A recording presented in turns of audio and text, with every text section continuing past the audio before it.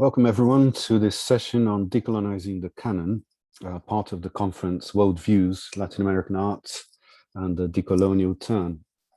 I'm Michael Asbury, Deputy Director of the Center for Transnational Arts, Identity and Nation at UAL. UAL being one of the partner institutions in organizing this conference, together with the Center for Visual Culture at the University of Cambridge. Decolonizing the Canon. The very idea of a canon is intrinsic to the notion of decoloniality. When institutions speak of being inclusive, for example, is this not merely a case of expanding the canon, of integrating, and by extension, submitting that which was formerly marginalized into already consecrated epistemological regimes? The canon infiltrates our very understanding of that which lies beyond it. By defining that which is other to it, it reduces, compartmentalizes, orders, and ultimately devours that which is brought forward for so-called inclusion. I use the term to devour as a means of an analogy, of course, since the Brazilian canon of modern art was constructed around the idea of devouring European culture, transforming it, so to speak, into one's own. Today, we may understand that process as having fed the expansive and extractivist propensity of the European canon itself, however. In this desire to affirm itself as more inclusive, it reaches new markets, broadens its reach, and reaffirms a colonial project in constant transformation, adaptation. Universal pretensions have thus become global ones, where sameness was once sought out from difference. Now difference is sought out from sameness. As such, old hierarchies are thus reconfigured rather than replaced. When one places indigenous arts within an institution of contemporary art, for example, what is happening? Who is framing who? The artist or the institution? What is meant by the conjunction indigenous art? Who denominates it as so? What kind of agency has become possible in the 21st century that replaces the old romantic and tragic representations of those European others, in relation to the European, that is?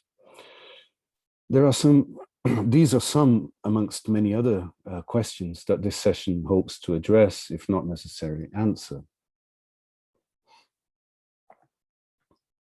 The format for this afternoon session will be as follows. We will have a keynote presentation for about 30 minutes. The contributors of the papers that you can find on the website will summarize briefly their contributions. And then the chair will open for questions amongst the contributors and the keynotes, followed by questions and discussion with the audience. So time is very short, so I will move on and introduce our chair today, Professor Ana Magalliance. Ana Gonçalves Magalhães is the director of the Museum of Contemporary Arts at the University of São Paulo, MAC USP for short, where she's Associate Professor of History, Theory and Criticism of Art. Her research at MAC USP focuses on international collections of modern art, such as Italian modern artworks and their influence and meaning within the Brazilian artistic milieu, in other words, the Brazilian canon, during the 30s, 40s, and 1950s. I now have a great pleasure to pass the word on to Ana, who will introduce our contributors and our today's keynote. So without further ado, Ana, thank you very much for agreeing to be a chair. It's a great honor. You have the word. Thank you very much, Michael. Hi, everyone. I would like to thank Michael Asbury and Sofia Gotti once again for inviting me to mediate this session, and also to our keynote speaker, Rafael Cordozzo, and the contributors, Jens Baumgarten, Alessandra Caputo-Rafé, Catalina Imiscos, and Fernanda Pita for their participation today. I'll briefly introduce them to you before handing over to our keynote speaker first. So Rafael Cordozzo is an art historian and writer with a PhD from the Courtauld Institute of Art in London. He's a member of the postgraduate faculty in art history at Universidade Estadual do Rio de Janeiro in Brazil, and a research associate at the Latin America Institute of the Freie Universität Berlin in Germany.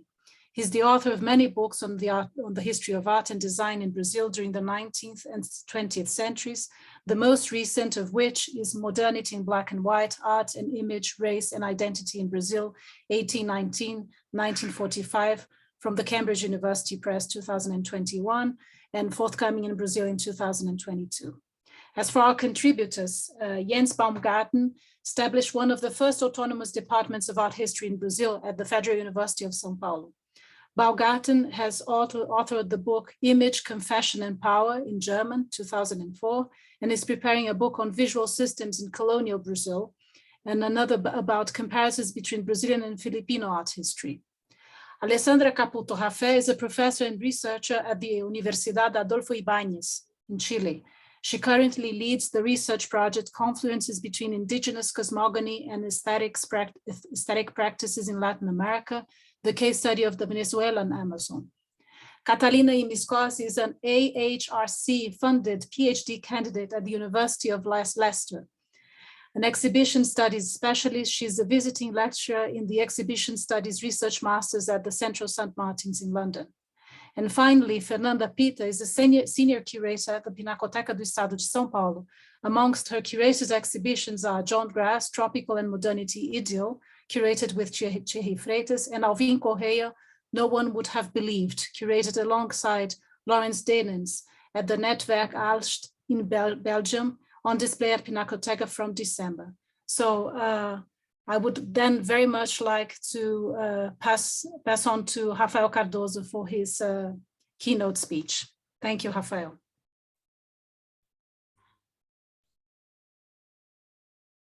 Thank you, Anna, for that generous introduction. I wish to thank Michael Asbury and Sophia Gotti for the invitation to address you today.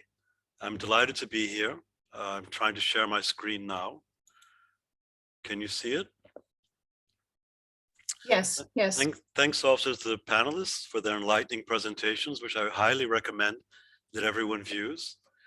The papers in this session engage strongly with problems of art historical method, and I want to try to build on that by bending the discussion of decolonization towards a longer arc of history. I will begin, though, with a detour through the present.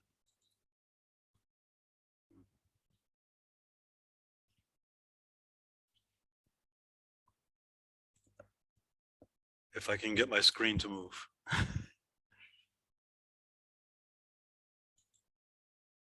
Okay.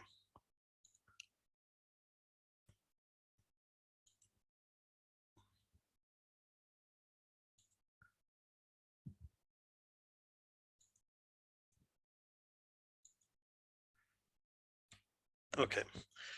If I say that the current wave of iconoclasm began in 2017, most people listening to me will probably agree. If so, the incident you have in mind is the toppling of the monument to the Confederate soldier in Durham, North Carolina. When I first read about it, the news left me euphoric. I spent a large portion of my childhood not too far from there, in Southern Virginia, in a town where Confederate battle flags were regularly displayed, and the existence of the Ku Klux Klan was a fact of life. It was not a good place to be an immigrant from Latin America. In high school, I was taught the lie of the lost cause of the Confederacy by my history teacher. Given that background, I never expected to see that symbol of oppression fall to the ground. I said that most people would probably agree that the wave of iconoclasm began in 2017. Most is not all.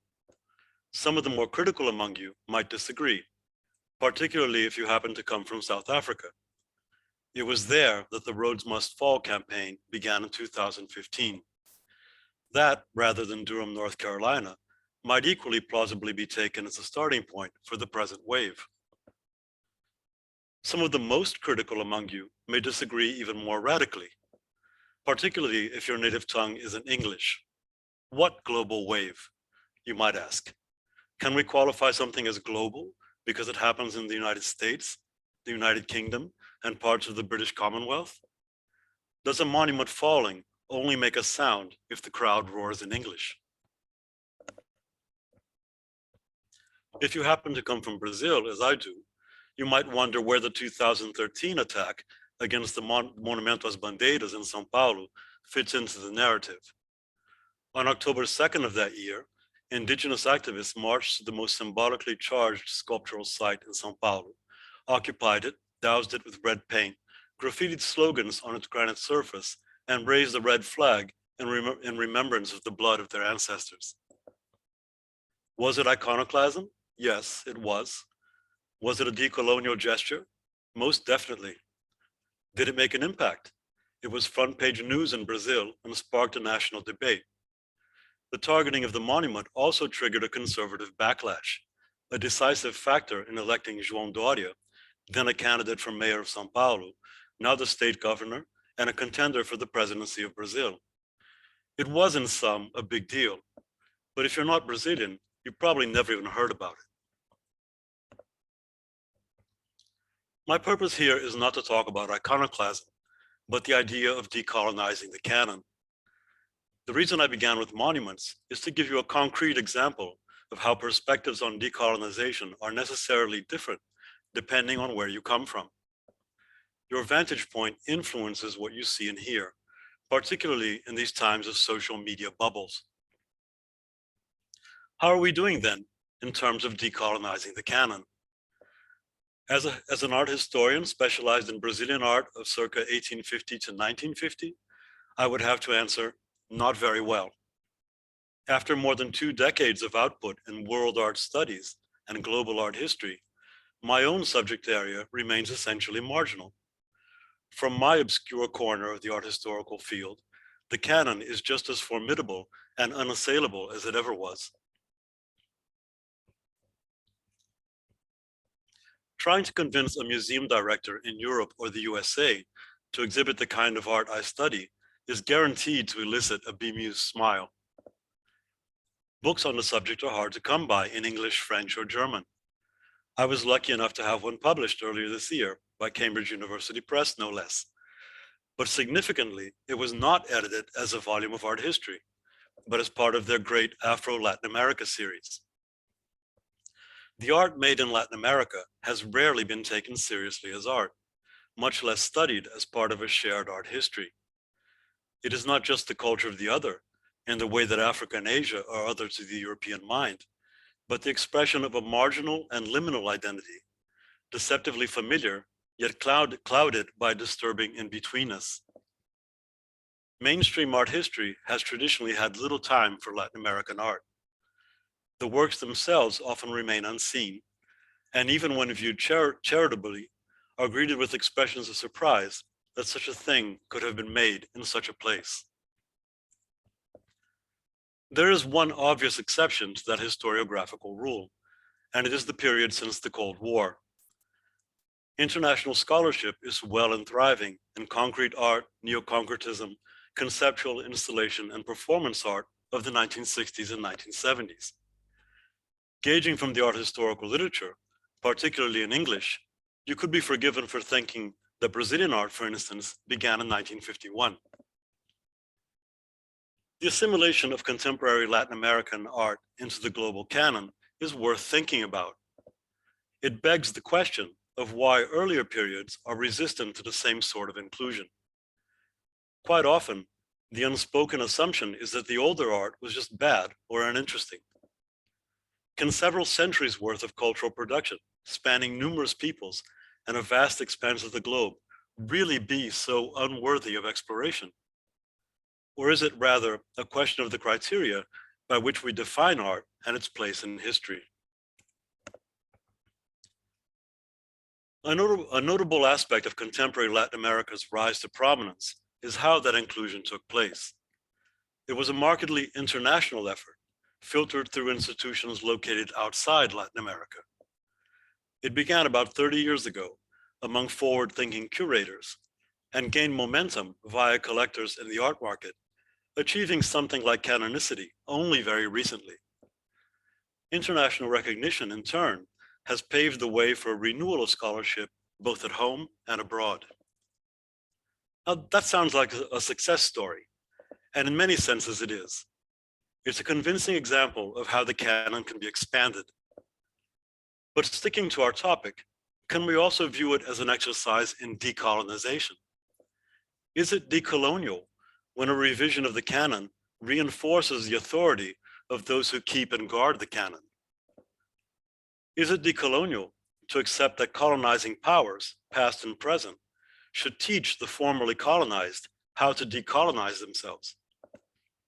I don't think that's what Frantz Fanon had in mind when he argued that decolonization is an inherently violent process. As Catalina Miscos points out in her presentation for this session, the exhibitionary form is just as much at issue as what is exhibited. It is impossible to talk about canonization without discussing power relations and mediation. We are right now speaking English in a UK-hosted setting. There are few forums for art historians in Latin America to discuss amongst ourselves the complex linkages that bind yet divide us, including those of language. When we are called upon to speak to international audiences, it is usually to explain how our culture relates to European or North American art history, not to think about how it might operate on its own terms. The result is that we are obliged either to perform a generic and oppositional Latinidad as a means of attracting attention, or else to focus narrowly on specifics in order not to be misunderstood. It's not that we're not making progress collectively. A good example is the Anthropophagic Manifesto of 1928, now widely known outside Brazil, which was not the case even 20 years ago. As an art historian, though, I can't help but notice that it is primarily the literary scholars and post-colonial theorists who have taken an interest in anthropophagia.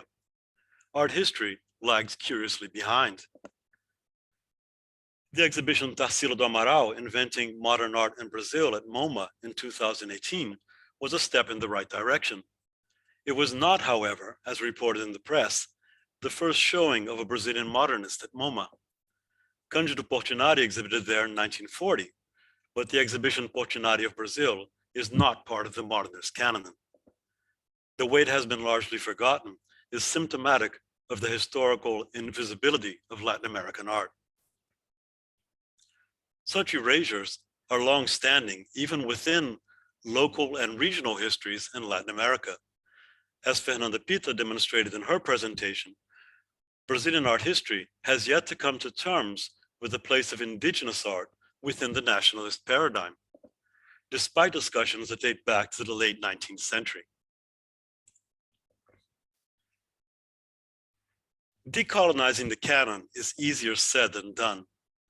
First of all, because we have to submit to open-ended discussions over what the canon is or whether it even exists. Those who conduct such debates are usually situated within the places where the canon is formed, and therefore to which it least applies. We are told that the canon is a shifting historical construct, that what is canonical depends on conflicting views and disputes over authority. These observations are true. Their truth does not change the situation for those of us who stand outside the canon. To us, they are like reading a table of nutrition facts to a hungry child. We may recognize the values as correct, but they do not nourish us. From the outside, the shape of the canon is glaringly obvious. We have always known its contours and its gatekeepers, and we instinctively dread that no matter how much it shifts, it will continue to exclude us. So we learn to adapt ourselves to it instead. Secondly, decolonizing the canon is difficult because we must now vie for the term decolonization. Nearly a decade ago, Eve Tuck and Kei Wen Yang cautioned that decolonization is not a metaphor in their article of the same name. It is, they argued, about settler colonialism and the historical displacement of peoples from their lands and cultures. If we expand that to a figurative sense, it is also about breaking down the social structures and mental strictures deriving from processes of post-colonialism. Decolonization means listening to the formerly colonized, and if you are not one among them, bolstering their claims. It is not a synonym for other worthy causes, and its discussion should certainly not be focused on the domestic politics of colonial powers, past and present. Decolonization in art history means taking seriously the discontents of those who have always been excluded from the mainstream. As Alessandra Caputo Jaffe asked in her presentation, why does the visual and material culture labeled indigenous need first to be packaged as art in a Western sense of the term, in order to enter the epistemological conversation? The old high-low divides between fine art and everything else continue to hold sway in the structures and practices of art history. Authority and originality are still deemed to flow outwards from what is a priori defined as the center. We need to make up our minds. Are non-canonical objects comparable to canonical ones? If so, what can we do to break down the invisible barriers to keep them segregated? Decolonization is not a metaphor, but that's exactly what it has become in a large part of the world's elite cultural institutions. While major battles are fought over who gets a job as a curator in London, Paris, and New York, in the place where I come from, museums burn down out of sheer neglect. University budgets are slashed to the point of closure. Public monuments are pilfered to melt down the bronze for sale as scrap metal. We have often been told we have no one to blame but ourselves. Latin America's failure to enter what used to be called the concert of civilized nations is a lesson seared into our conscience during the long process of colonization, independence, and nation building. Decolonization has not yet helped us to unlearn that lesson. Perhaps because the discourses that get broadcast the loudest at present tend to be the ones least invested in older debates like post-colonial studies, world systems theory, and anti-imperialism. In the metaphorical struggle to decolonize the richest places on Earth, what used to be known as the Third World has been sent back to the end of the queue.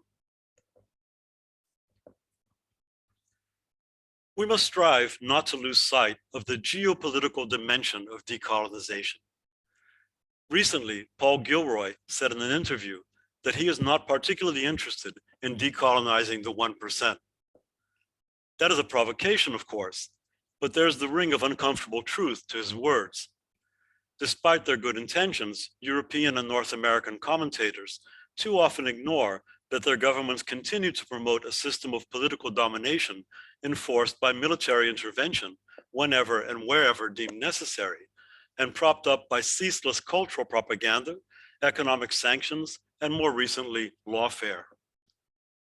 Those of us who come from countries subjected to policies of regime change and covert operations, which in Latin America date from the filibustering days of William Walker in Nicaragua in the 1850s, gaze upon the present debates on decolonization with intuitive sympathy, but also with a lurking suspicion.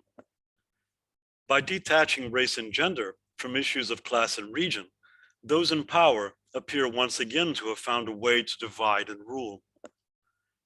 The specifics of how such categories are theorized is discussed at length by Jens Baumgart in his presentation, which spares me having to go into them here. And in making these observations, I want us to stress, my aim is not to dismiss the vital debate on decolonization, but to raise awareness of how our own discourses are deftly turned against us by forces inimical to change. Let me get back to the problem that concerns us here. The inclusion of Latin America into global art history. Where I live in Germany, that is not happening. In art history departments across universities in Europe, there are few historians of Latin American art. There are some of those are among the best in the world. At the university level, though, Latin America is still the domain of Latin Americanists, and there's an ever dwindling number of those.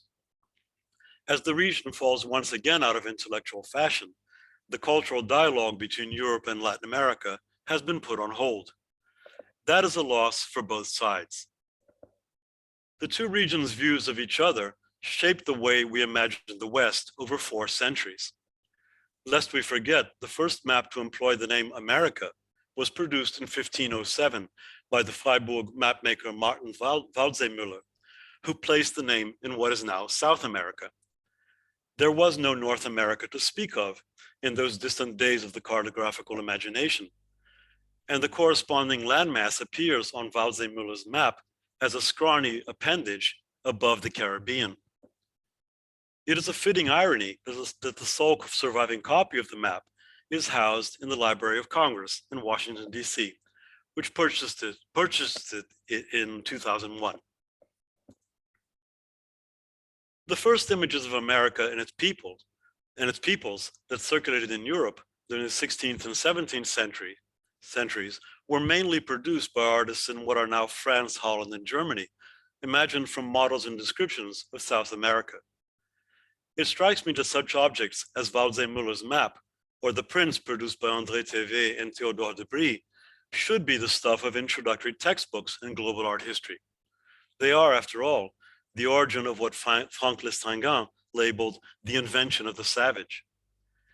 Likewise, the paintings of Franz Post and Albert Eckhout depict some of the founding themes of the American experience: the extraction of natural bounty, plantations and slavery, the native and the hybrid, at a time when British and French colonization of North America was in its infancy. In thinking about art history and decolonization, can we afford, methodologically, to be so indifferent to the early iconography of colonialism? Similarly, the pioneering depictions of slavery produced in the early 19th century by artists like Jean-Baptiste Debré and Johann Moritz Rugendas represent a turning point in what we now understand as the Atlantic Enlightenment. Yet, by and large, they are not studied by mainstream art historians, only by those of us who take a specialist interest in Latin America or in topics like travel and transculturation. Though he is central to the history of Brazilian art, Debré is a footnote to the history of French art, and therefore to the wider history of art. Such images are still seen as the exception and not the rule for grounding art historical knowledge. They tend to be regarded as peripheral, even to the narratives of colonialism and empire, which are firmly grounded in the national histories of former imperial powers. Whereas nearly every work of the Dutch Golden Age has now been scrutinized for clues and worldviews, Debré, Rugendas, Bonpland, Bellarmine, Hildebrandt, Augustus Earl, among a host of others, remain understudied. Why do Europeans tend to think about Latin America in terms of nature, while Latin Americans think of Europe in terms of culture? The question is huge and perhaps awkwardly phrased, but it needs to be addressed.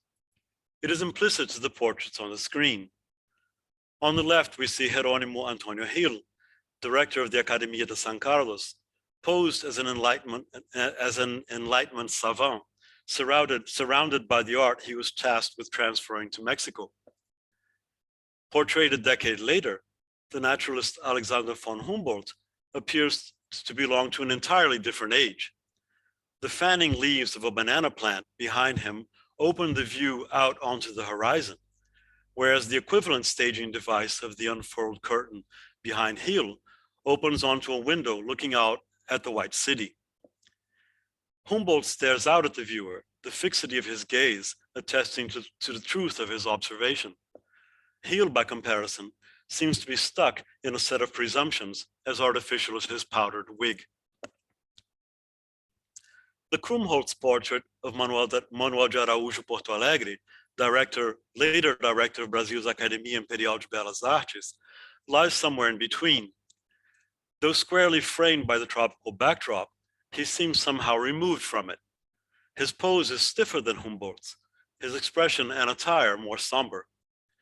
The book at his side is suggestive of the direction of his thoughts, glancing off into the distance. Like Gil, Porto Alegre is dressed as a modern European. Although an ardent nationalist and a nativist, he too is engaged in the larger project of transplanting European culture to the Americas. The art produced in Latin America during the 19th century brings up uncomfortable issues of emulation and appropriation, which fall under what Partha Mitter thoughtfully termed the pathology of influence in the history of art. Borrowing is understood as a purposeful and informed activity when the dominant culture borrows from the dependent or subaltern one. When it happens the other way around, it is seen as sterile and uninteresting. The centrality of concepts like period, style, and movement to art historical discourses traps us in circular debates about derivativeness and asynchronism. We rarely succeed in superseding what Mitter labeled the Picasso-Manquet syndrome, and he was referring, of course, to discussions of modernism. The situation is even worse for what came before. We have hardly begun to scratch the surface on either side of the Atlantic of the complex linkages between notions of academicism and the dynamics of imperialism. Latin America is sometimes punished by a chastened Europe for its success in endowing colonial brutality with a veneer of civilization, only to fall spectacularly into the gaping void of its own contradictions. Following the movements of independence in the 1810s and 1820s, the new nations of Latin America were not formally a part of any overseas empire. At the time of high imperialism, they were not embraced by the cultural and linguistic fantasies of French or British colonialism, although both powers remained active politically and economically until they were finally outflanked by the United States around the time of the First World War. Not a part of the trappings of empire, Latin Americans are denied even the paltry benefits that accrue from the status of being former colonies. We are not generally fluent in the great imperial languages. We have no place in the imagined communities of the Commonwealth or La Francophonie. We are certainly not the recipients of guilt or repentance for past inequities. For the European imagination, Latin American art before modernism is an incongruous hybrid, too recognizable to inspire awe, too baffling to rate comparison. No picture of the region would be complete without drawing attention to the shadow cast by the United States. If the canon of Latin American art is being rewritten today, then that labor is being performed largely in Los Angeles and New York, Boston, Austin, and Chicago. In the opening roundtable of this conference, Daniel Quiles called attention to the role played by US institutions in making what he called room at the table. The example he chose was the Pacific Standard Time project, which placed Los Angeles at the heart of Latin America, an equation knowingly communicated by the subtitle LA/LA. Over 4 months between 2017 and 2018, more than 70 institutions in Southern California offered hundreds of concurrent exhibitions, programs, and events focusing on Latin American and Latino art. At a cost of $16 million in grants from the Getty Foundation, that may be the largest one-time investment ever in promoting the topic. At the same time, the Getty has already granted over $3 million for the study of Latin American art through its Connecting Art Histories program. Nearly $20 million is a lot of money. But when you consider that the last edition of Documenta in Caso had a budget of $40 million, it becomes evident that we could be doing more.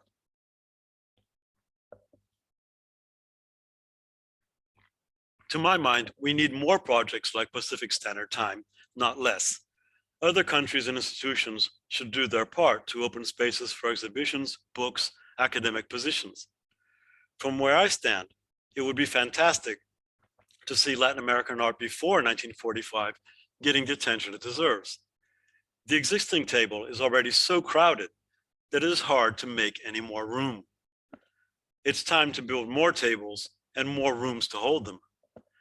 Once everyone has been seated, maybe we can get back to debating the canon. In his keynote lecture a couple of weeks ago, Boaventura de Souza Santos emphasized the urgency of combating colonialism, capitalism, and patriarchy by embracing what he calls the epistemologies of the South. I would add to that list of evils a resurgent nationalism, which continues to partition human experience into badly planned cubicles. That includes art historical cubicles, of course. Despite all the efforts around global art history, our field is still very much circumscribed by national, institutional, and linguistic boundaries. The nationalism of epistemology is hard to shake. It is to Torres Garcia's constructive universalism we need to look if we are serious about making a change.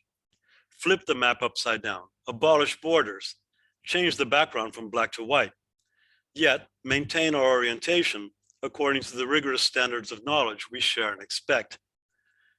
Anything short of a radical reimagination of the terms of discussion is bound to fall short of the aim of decolonizing the canon. The time is long overdue to topple a few methodological monuments.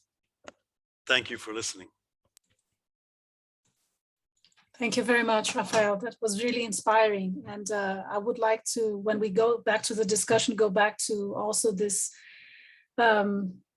primacy of Cold War, of the period of the Cold War, and mainly concrete art in Brazil that has become a kind of an alternate canon for art history, and the neglect towards the 19th century that you now presented through some light into different ways of seeing it.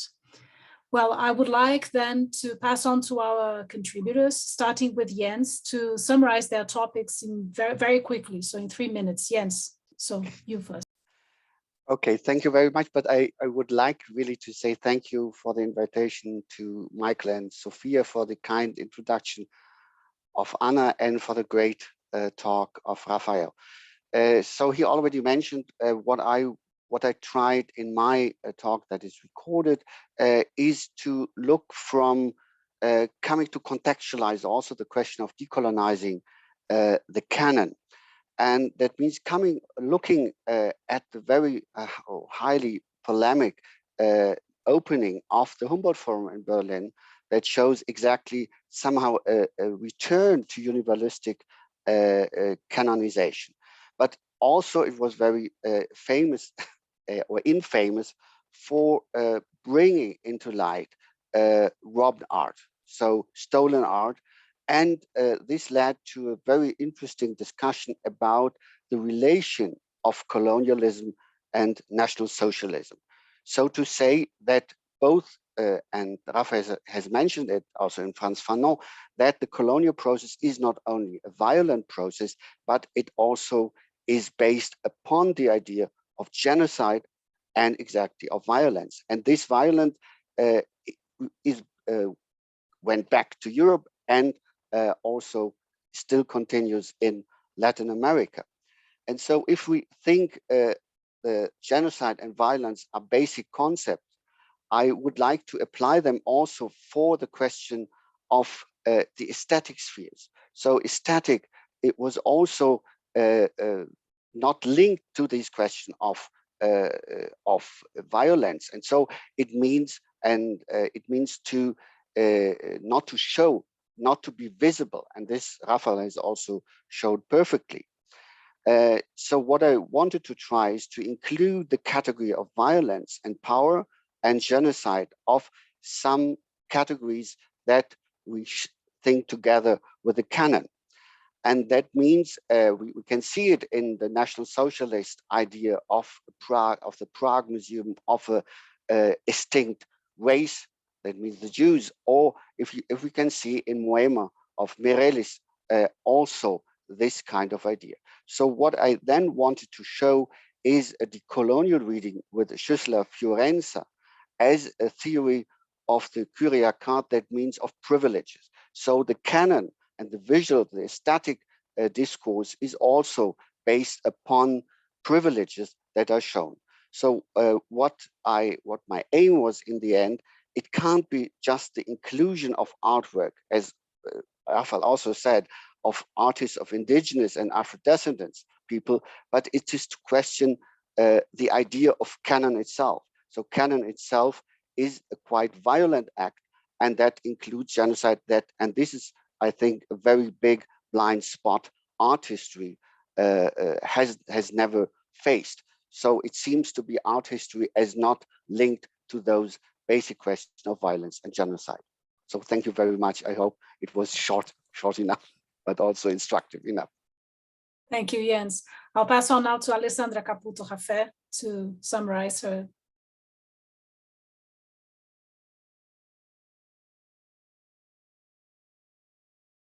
Alessandra, you have to open your microphone. Sorry. Hi. Thank you for letting us, giving us the opportunity to be here. Thank you, Sophia and Michael, and also Rafael and Anna.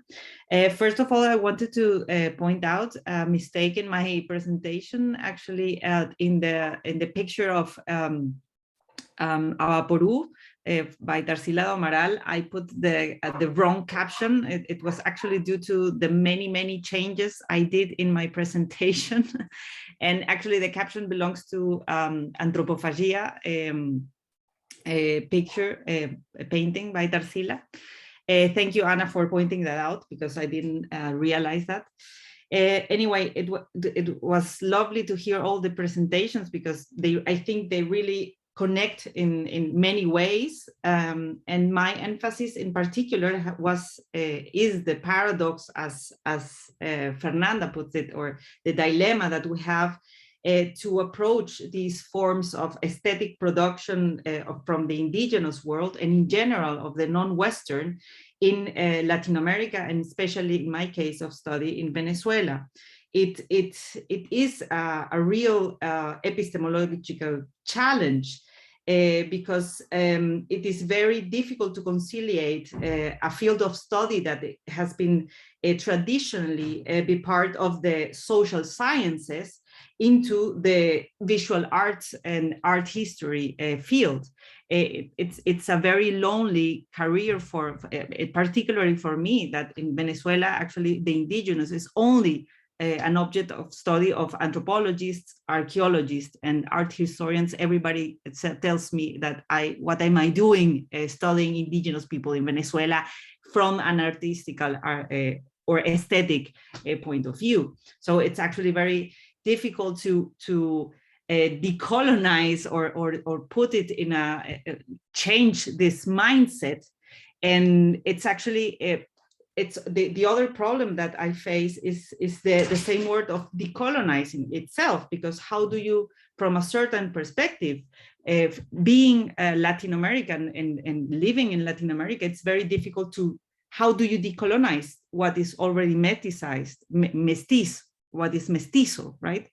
How do you decolonize what has been already blended, what is mixed? How do you reverse these processes of genocide, these very painful and violent processes? It's part of our own identity. We are made of that. We are, as Octavio Paz put it, we're the hijos de la chingada at the end, right? So we're born from this violence, and it's very difficult to decolonize ourselves, because then we should tell, how do you tell the indigenous to not be part of the artistic field and not producing art like Westerners, so that they can be included in galleries? I mean, it's all a very difficult process, and also very painful one in certain aspects. Yes. Thank you, Alessandra. So Catalina, to you now. Thank you, Anna. And thank you, Rafael, for that keynote. I found it extremely inspiring. So to be short, my research proposes to kind of critically appraise the exhibitionary form, which is a working concept that I'm kind of even trying to define myself. I'm interested in its ideological infrastructure, and I start from the concurrent birth of Western modernity and the art exhibition as a cultural device, to ask if the exhibitionary form can be used to critique modernity as a socio-cultural phenomenon. So in this paper, I draw from a series of reviews of modernities, Bruno Latour's, Boaventura de Sousa Santos, and Paul B. Preciados, to frame this critique of the exhibitionary form. I use two recent examples in which the exhibitionary form, according to my argument, becomes a place for epistemological otherness. These exhibitions are by contemporary Argentinian artists. One is Cecilia Salkowitz's Soy un disfraz de tigre, and the other one is Adrián Villarrojas's Theater of Disappearance. I find that in these exhibitions, human and non-human bodies enact the exhibition's architecture. And therefore, a critique of the modern worldview transpires through the exhibitionary form. I start from the idea that while the literature that critiques modernity from the disciplinary perspectives of sociology, history, anthropology, science studies, or through post-colonial, decolonial, feminist, or post-natural thinking, has been widely adopted within artistic and curatorial practices, it has seldom been used to critique the exhibition design and the ideological basis of museological and museographical apparatuses, including the spatial habits, props, idiosyncrasies, and material traditions, all of which is a part of my concept of the exhibitionary form. In the conclusion of my article, I identify that if the exhibitionary form can indeed be used to critique modernity as a socio-cultural phenomenon, it has so far been done through the lens of individual artistic practices. Artists like Salkowitz and Villarrojas have been reconfiguring the space of the exhibition forever. And yet the question that I think endures is whether such efforts can continue to remain within the realm of artistic practices, or if they can transcend to an institutional level, opening up new ritual possibilities. Thank you, Catalina. And finally, Fernanda, please. Thank you, Anna. Thank you all, Michael and Sophia, for organizing this event. And thank you, Rafael, for your kind and inspiring keynote. My paper addresses basically this contradiction that is in the center of what as I see, of Brazilian art historiography, that is the idea that indigenous art is the beginning and the core of Brazilian art, and at the same time, the absence, practically total absence of indigenous art in the museums collections, art museums collections in Brazil, because traditionally they are part of ethnographical and anthropological or archaeological museums. So I try to trace this back to the end of the 19th century, when I see this idea taking shape, and I analyze a text that has been written by Brazilian intellectual Eduardo Prado in the context of the 1989 Paris exhibition, International Universal Exhibition. And that leads to, for me, understand how the research and discussion of indigenous artifacts and objects were by anthropologists and archaeologists were being incorporated as repertoire for Brazilian art. And at the last part of my paper, my talk, I address a question and I think also paradox or a situation we face, that is the claim of indigenous artists to be part of the art system and how one can deal with this need, this urge, this claim by addressing the very contradiction of trying to decolonize or to uncanonize art history in the face of this claim of reparation and pertainance. Thank you, Fernanda. I think that we have many crossovers through and links between what Rafael presented and all of you presented as contributions to this session.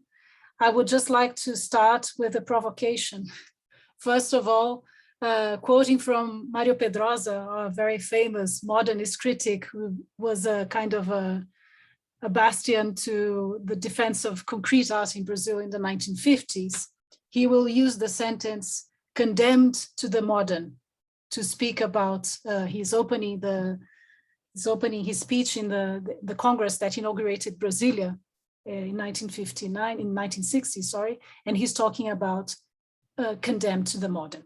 So I think that Rafael brought many aspects or many elements to cope with that and for us to discuss these aspects. Why is that it seems that the interest on Brazilian art, for instance, is only stuck to the Second World War, after Second World War period, and all the policies of Cold War and this engagement of Brazil and of Latin American countries into this orchestration of nations, whereas we were never considered in terms of post-colonial readings in a way, and that we had a totally different, as a territory, we had a totally different development of our own nations and divisions of territories, because we were not like in the 1950s compared to Africa, for instance, and to other parts of the world where countries were being decolonized then.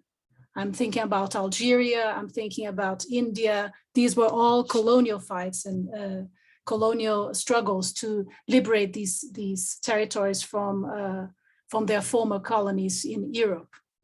Whereas we did this in the 19th century. And the case of Brazil is even more exceptional because we were an empire for a while, which is even weirder. And it is never considered as part of the thing.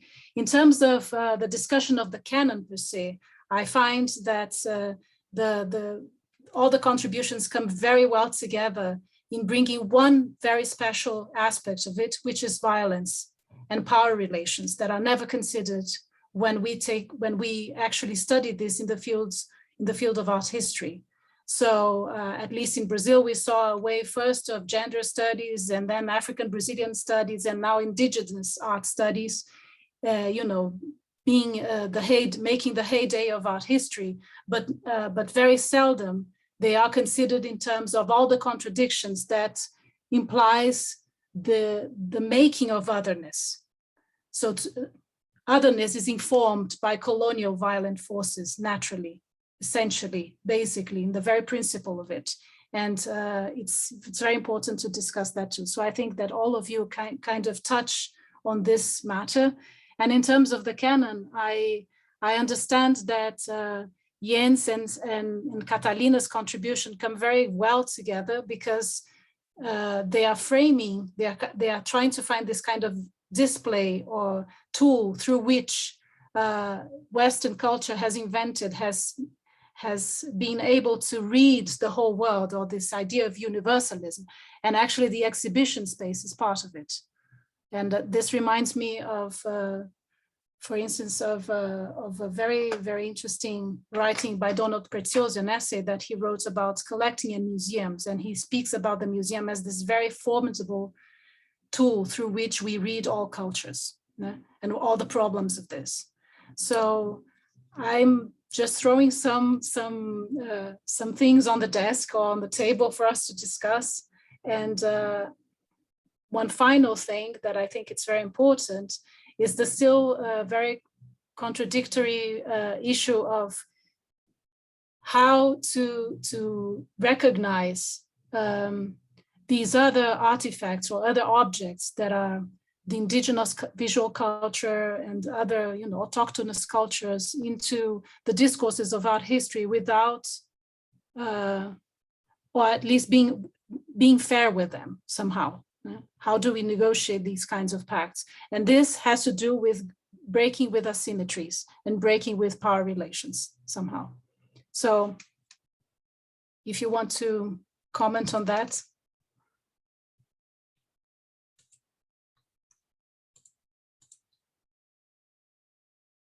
Can I add one thing, only one thing?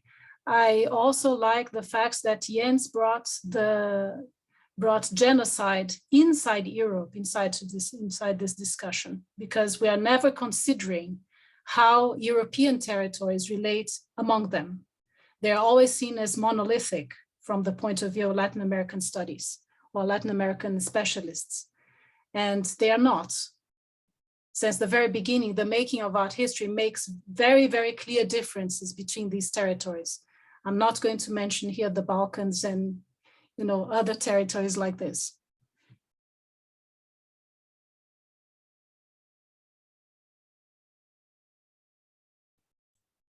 Shall I jump in? Yes. Yeah, I just wanted to emphasize a point that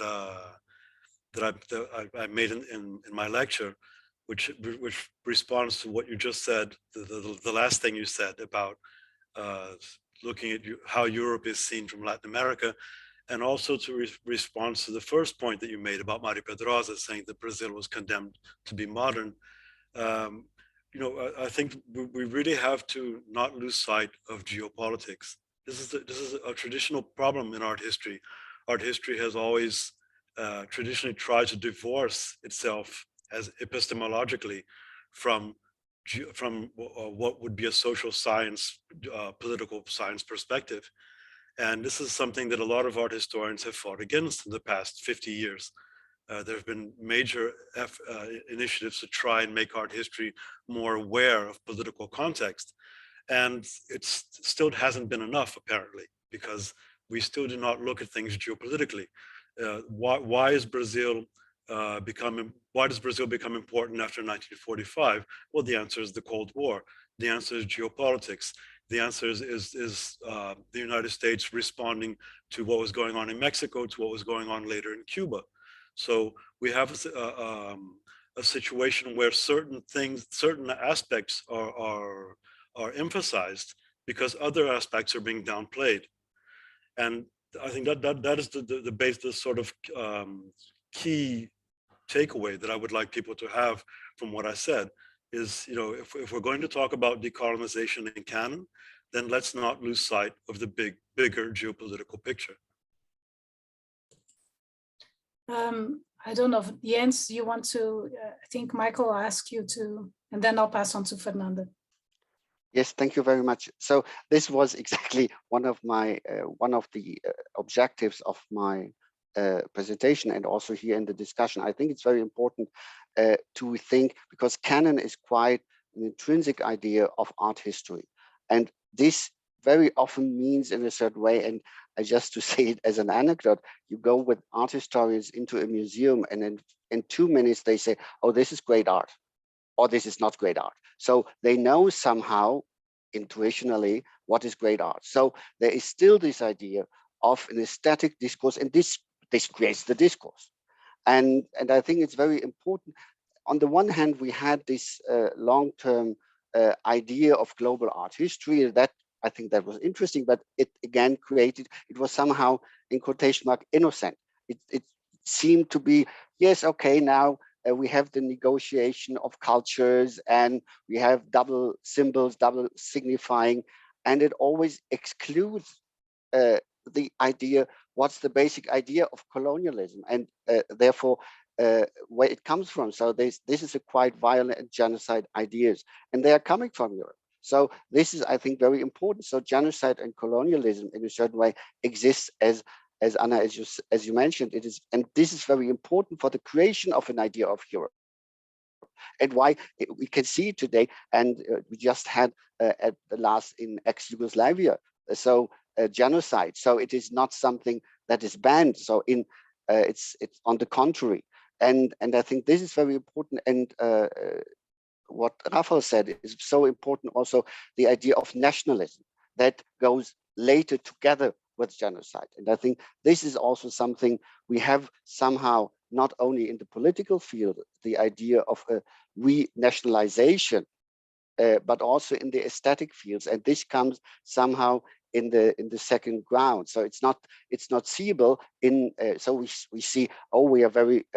We have a lot of critique, and we are not following what our government says. But it is somehow implicit to say, again, this is Brazilian, this is Ecuadorian, and so on. And I think this is important.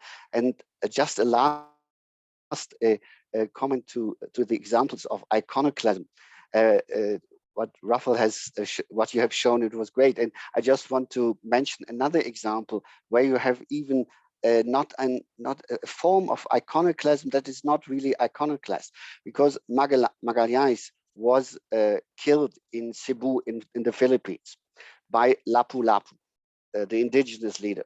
So in the Philippines, they created after 45 two monuments, one for Magalliance and one for Lapu-Lapu. And Lapu-Lapu is bigger than that of Magalliance. So it started really very early after 45 to question this idea of colonialism. And I think this is very important to see it in this global context. Thank you. Thank you, Jens. I'll pass to Fernanda and then Alessandra, because Alessandra also raised her hand. Yeah, I just wanted to add that,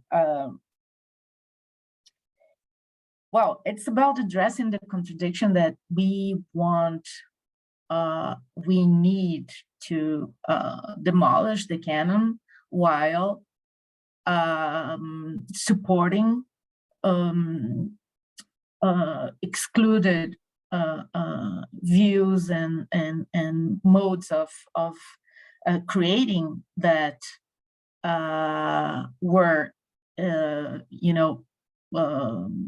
excluded by this very canon. So we cannot say, as Alessandra has put it, we cannot say to an indigenous artist, don't come to the museum, don't sell your work, don't show in an exhibition. We simply cannot say that. But we have to, because that would be patronizing, right? So we have to work together on finding ways of expressing and preserving and displaying and supporting this production. And Lynn, Sophie asked here in the chat how the one can address the whole of craft in this discussion, and it is about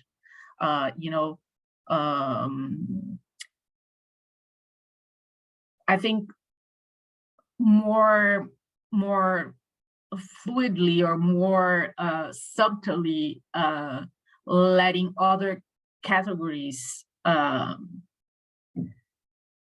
show us and lead us to rewrite and review and create other criteria to support and understand different manifestations, and the whole of craft, the whole of other cosmo technologies, other ways of circulating and producing. That's what we can do in my point of view. Thank you, Fernanda. Alessandra, please. Yes, actually, I would just add to Fernanda. I think the first thing we have to do is open to new methodologies. I mean, we cannot stay in this closed the compartmentations of disciplines that is very Western, because the indigenous worldviews don't consider what can be studied by an anthropologist and what can be studied by an art historian. And I, as an art historian, don't dedicate myself to say, oh, this is beautiful, or, oh, no, this is not beautiful. I mean, I think, you know, I understand aesthetic as a epistemology of the senses, of the sensitive, what does not come only from spoken reason, but it comes from the sensitive, no? And I think Western philosophy already has the tools to approach this kind of worldviews. Actually, it's not that we don't have the tools, we do have it. No, Merleau-Ponty, Henry Bergson. I mean, we can take from many the knowledge that we already have and approach things differently, and not dividing in these categories of, oh, this is art craft and this is not art craft. And if an indigenous artist wants to enter the art world, no, then you have to start painting into a canvas, because if you do basketry, then that's basketry, and that's an object of study, not for me, but for an anthropologist. And it's not like that. It's not like that, I think. Thank you. Catalina, you want to add something to it? Yeah, thank you. I think what Alessandra just explained so beautifully is a little bit of what I'm trying to argue in relation to the form of the exhibition, and the example she just finished on like basketry has to go here and this has to go there. I mean, of course, it's a very long kind of path of undoing the exhibitionary apparatus, but I feel like many of those divisions and divisions and separations actually come from the way things are presented, and I use Audre Lorde's phrase very, very often because it's the best way of kind of visualizing this idea that the form of the exhibition eats up everything else. The master's tools will never dismantle the master's house. And even though if we exhibit a basket, to continue with Alessandra's example, within the exhibitionary apparatus of Western museums, that basket kind of becomes engulfed in that same system and loses some of its power, its agency, its actancy, maybe in Latourian terms, to do what it is supposed to do in the world, because the West decides that it now belongs to the canon and to this particular place within the museum and the discipline and the history, etc.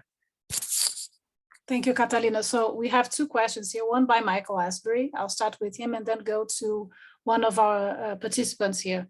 So Michael is asking all of you about the conjunction between Latin American and Latino art, which is a huge discussion among ourselves, I think. Could you discuss this in terms of the national political interest within the USA since the Cold War and how it has been reconfigured in the contemporary, like in the Pacific Time Getty project?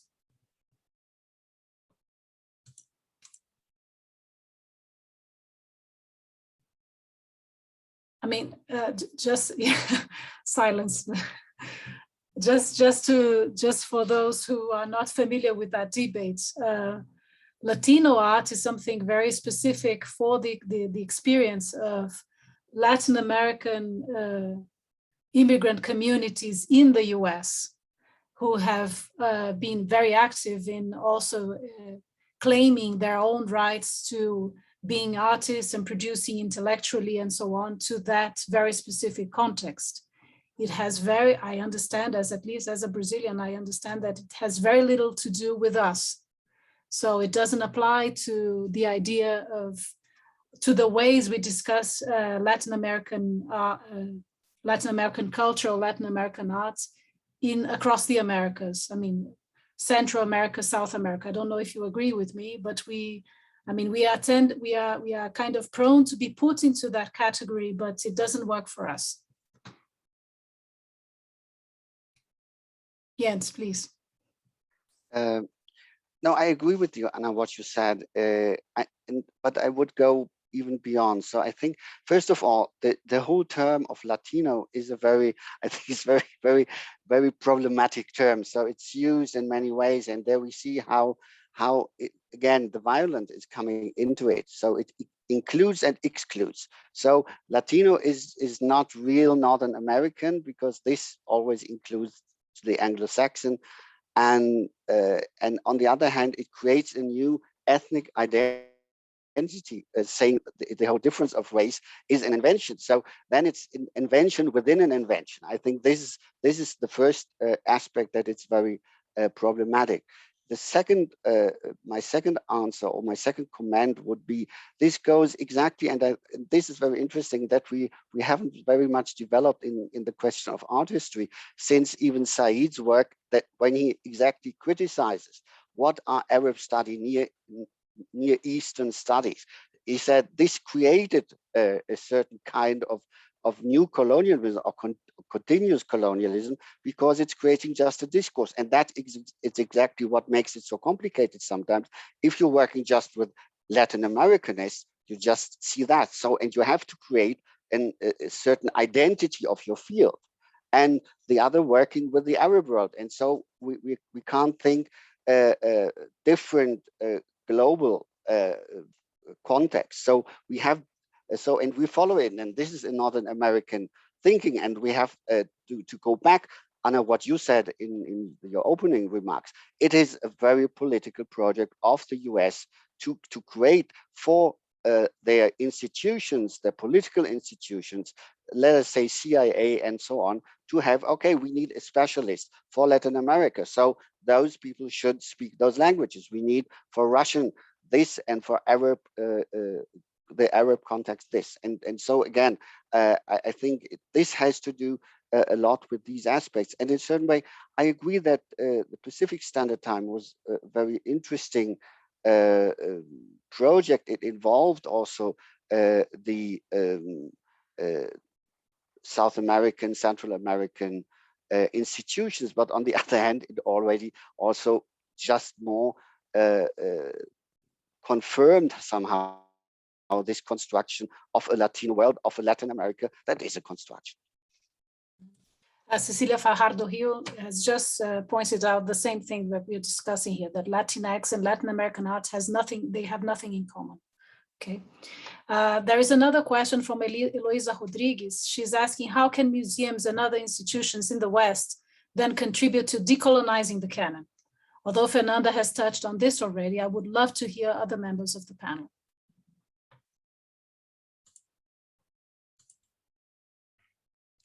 Can I answer that? Yeah. Yeah. Go ahead. I think we have to think about what Boaventura de Souza Santos said in his lecture.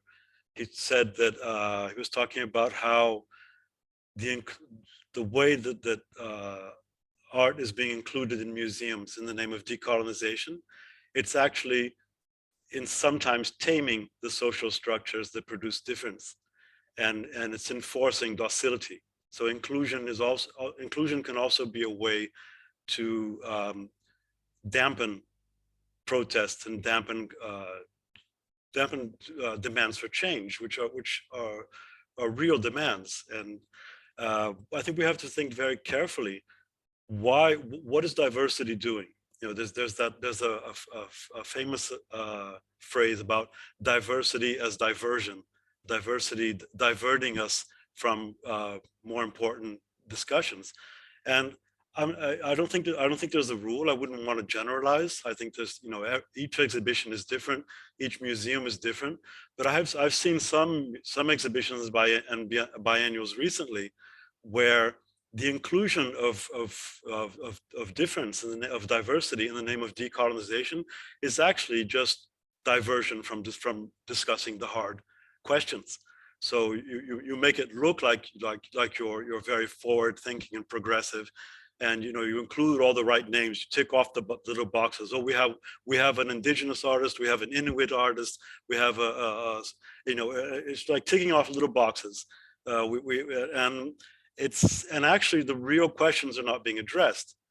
And so, I would personally, I would like to see a biennial that was bold enough to put in some Mexican and Brazilian 19th century academicism, because if you can put that on the wall and talk about that at all intelligently, then you are dealing with the problems of hybridity, and you're making Europe look in the mirror, because that's the thing about Europe. I think here in Europe, I'm in Berlin right now.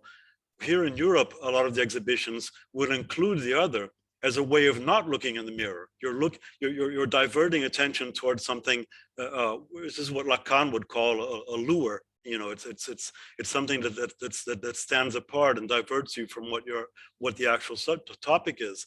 So instead of discussing the unequal geopolitics, instead of discussing oppression, instead of discussing the canon, for instance, then you simply stick some token whatever people into your exhibition, and then you're clear. Your guilt has been appeased. Well, I've as an art historian, I'm not interested in appeasing guilt. I'm interested in discussing art historical questions, and the deep art historical questions, what Alessandra was talking about, and Catalina, the issue of how do you put what is regarded as material culture into an art museum and vice versa. That's a really difficult question. And it's not that we don't have the tools for that. We do have the tools for that. James Clifford's great book, Predicament of Culture, he talks about, this was 1988, he talked about the relationship between art, what he called the culture art system, where the Museum of Material Culture presupposes the Museum of Art and vice versa. And they generate a discourse of difference, which is the discourse that we're still trying to unravel. 30 years later, it's still the same problem. So I would say that a lot of museums, a lot of exhibitions, and especially biennials, especially contemporary art biennials, are taking the easy way out.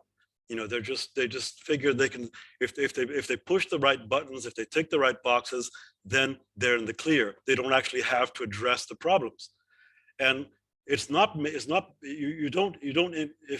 you're just including people with that kind of intention, then you're doing what Boaventura called enforcing docility through inclusion. You're putting people. This used to be called tokenism in the 1970s. You're putting in people, representatives of the excluded cultures, the marginalized cultures, but you're not actually dealing with the problem of why they're marginalized and why they're excluded, and why the system is structured against them. And that's where Catalina's presentation, I think, points this out beautifully. It's not what you show, it's how you show it and where. And I would say, just watch Catalina's presentation, and you will immediately understand that there's a huge difference between, showing something that says I am peripheral, but showing that in a canonical way, as opposed to actually, dismantling the canon. Just before passing to Catalina, I just have to correct myself. So Cecilia Fajardo-Hill is explaining her point of view, which is actually the opposite of what we were discussing here. So she thinks that we have more in common between Latinx art and Latin American art than we would believe.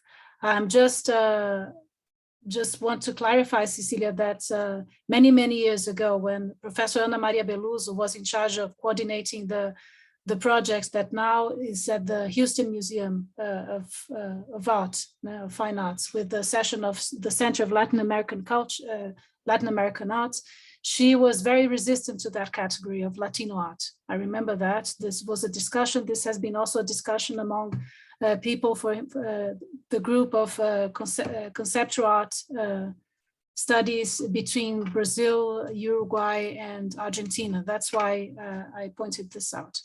But okay, you are making your point now that you think we have lots of grounds in common, and that's the problem of not considering those common grounds would be an issue. I'll pass on to Catalina. Thank you. I want to go back to the question, the Q&A about contribute to Decolonizing the Canon, and actually bring in something that Alessandra said at the end of her presentation. I listened to it in Spanish, so I'm going to kind of try and translate this as I go. She talked about performatividades rituales, which is something like ritual performativity or performative rituals. And she described those as agents that are able to transmit a huge amount of knowledge in regards to the visions of the world and the relationships with the non-human world of certain peoples. I hope that simultaneous translation came out more or less okay. And I think it's, again, I mean, my idea of decolonizing has to do with this idea of the ritual, and kind of related to what Rafael was just explaining so precisely about biennials and other kinds of institutions bringing in material to just tick the boxes. I believe there's this importance in the ritual that in which those boxes are ticked. That is the decolonizing tool in the end. A lot of the kind of the modern Western cosmology has kind of forced us to think that there are no rituals in our world anymore. And yet most of what we do is still kind of ritualistic. We go to the theater and it is ritualistic. We go to see an exhibition and it is too. There are different rituals to the ones we see in Hollywood movies, so we think they're not. But I think there has to be a reivindication of that idea that as a society, we are performing these rituals and we are also invisibilizing many, many others. And it is those others that we should learn from in order to incorporate new material into the canon. Thank you, Catalina. We have still 5 minutes. Yes, Jens, please. Yep. Okay. I will be very short. Continuing of what Rafael said, it's not only the 19th century, it's also the early modern. So what is called colonial art. So how can we work with colonial art in a way to decolonize exactly this kind of art? And this is for a discussion within South America and Central America and for Europe. I think this is a huge area it is banned into a museum of sacred art, which is a very specific kind of way to put it exactly in a box. And I think, again, to bring it back what Anna said about Mario Pedrosa, we are condemned to be modern. And this is the problem of modernism, to have this disenchantment. And this has also to do with indigenous art and other forms of creative processes, I would put it that way, that modernism is a kind, we look at modernism also in Brazil, those objects that are not religious art. If it's religious art, it is excluded from the modernist canon. And so this is also very important. And perhaps I'm repeating myself, but I think it's very important when we talk about museums, what are museums doing? Which museums we are looking at? We are looking at the English museums, the German museums, the French museums, and the North American museum. But there are also in other countries a lot of museums, and they would call them also Western museums. So I think we should also, again, the West is not a monolith. We have to look a little bit more differentiated, and as Rafael said, so this is come to the main question of art history, of visual culture, what we can discuss. Thank you, Jens. I think we had a lot of open issues to discuss here, and it's not finished. It's just the beginning, I think.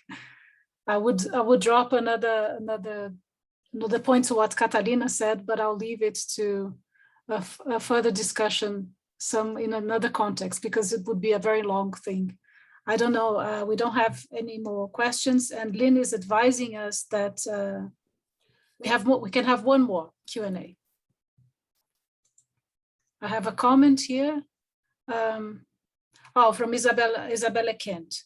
In what ways can the tools and methodologies we use for modern and contemporary Latin American art be used for colonial era material? And what must we be cautious about?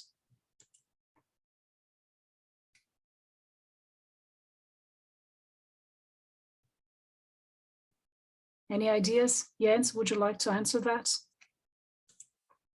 Sorry, because it was, I thought it was related to Rafael, so I didn't want to enter and to take his voice. I would say the question that are raised with the decolonial discussion of a Bolivian writer, I have forgotten her name, and I'm very sorry right now, but sometimes names are, I'm forgetting.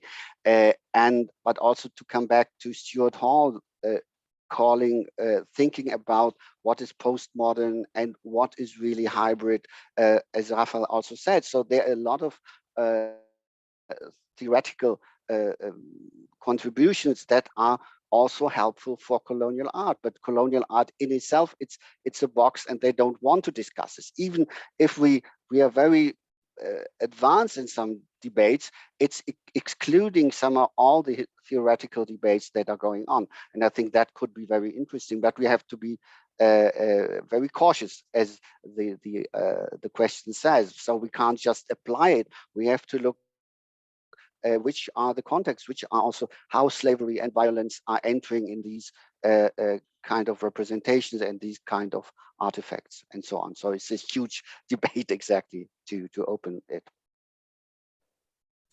Thank you. I would like to jump in at this moment, one or maybe a few seconds before our schedule ends, to thank everyone, Rafael, Anna, and all the contributors and those who pose questions and comments. It has been an excellent discussion, and but as Anna mentioned, it's just a beginning, and I think that is all that we can hope for to begin, rather than to stay the same. But yes, I'm immensely grateful to all of you. I think it's been a fantastic session. I invite those in the audience who haven't watched the presentations to visit the website.